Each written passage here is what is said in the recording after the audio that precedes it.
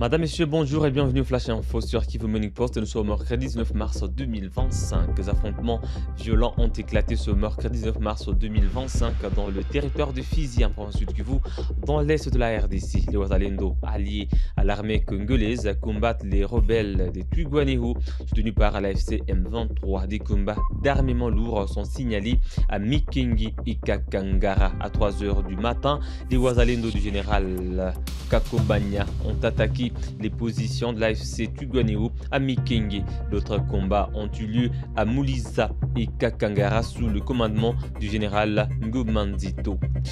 Le 18 mars 2025 à Doha, le président de la RDC Félix Tshisekedi et le président du Rwanda Paul Kagame ont convenu d'un cessez-le-feu immédiat lors d'une réunion avec l'émir du Qatar, Sheikh Tamim bin Hamad Al Thani. Ils ont salué les avancées des processus de Luanda et de Nairobi et ont exprimé leur volonté de poursuivre les discussions pour établir une paix durable dans l'est de la RDC. Détail. Les trois chefs d'État ont salué les avancées des processus de Luanda et de Nairobi, ainsi que celles du sommet conjoint EAC-SADC tenu à Dar es Salaam en Tanzanie le 8 février 2025. Les chefs d'État ont réaffirmé l'engagement de toutes les parties pour un cessez-le-feu immédiat et inconditionnel tel que décidé lors du dit sommet, précisent les communiqués finaux. Félix Antoine Tshisekedi et Paul Kagame se sont accordés sur la nécessité de poursuivre les discussions initiées à Doha pour établir les bases solides en faveur d'une paix durable dans l'est de la RDC.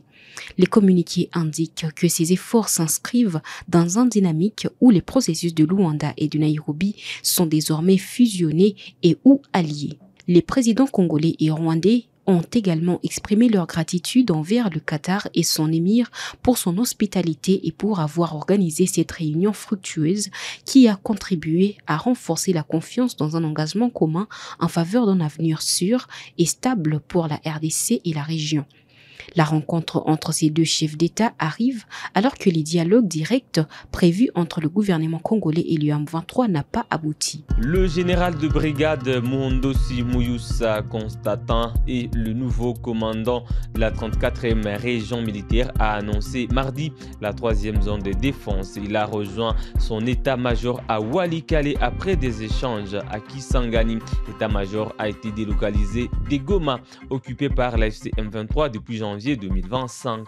Muhondosi a renouvelé son serment de défendre la patrie face aux rebelles du M23. Le 17 mars, une délégation de l'inspectorat général des forces armées de la RDC a commencé une mission de contrôle des militaires inactifs dans la 3e zone de défense. Le colonel Boulamba Valentin dirige cette mission accueillie le 18 mars par le lieutenant général Masunzu Pacifique. Pendant 10 jours, l'objectif est d'identifier et de régulariser la situation des militaires non actifs. Suivez. Le général de brigade Muhondosi Muyuwa Constantin, nouveau commandant 34e région militaire, a quitté Kisangani, l'état-major de la 31e région militaire où il exerçait comme adjoint chargé des opérations et renseignements pour rejoindre son poste, son état-major à Walikale, ce samedi 15 mars 2025.